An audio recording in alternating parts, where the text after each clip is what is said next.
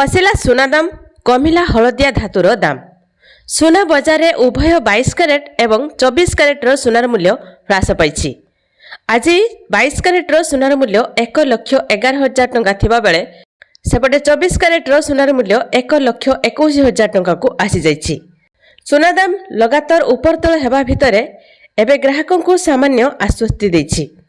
आज 24 क्यारेटर सुनार मूल्य 10 ग्राम प्रति 1,21,600 टंका थिबा बेले 22 क्यारेटर सुनार मूल्य 10 ग्राम प्रति 1,11,450 टंका रही। सेपटे रूपा मध्य 1 किलोग्राम प्रति 1,66,000 टंका को आसी।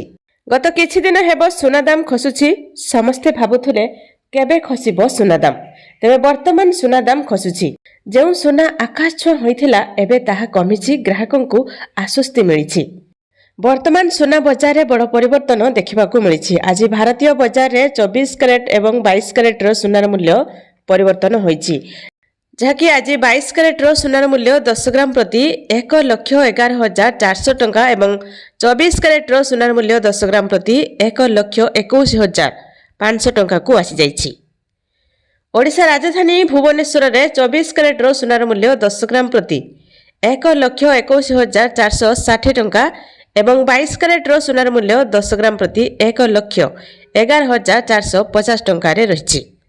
सबुठु बड़ कथा होछि सुना किनिबा पई समस्ते पसंद करती, किंतु सुनार दाम जदि ठीक ठाक रहे तेबे सुना किनिबाटा सहज हेबो, किंतु सुनार दाम जदि आकाश छुआ हेबो किनिबा मुश्किल। गत किछि दिन हेबो सुना दाम खसुछि। समस्ते भाबुथुले कि सुना दाम केबे खसिबो।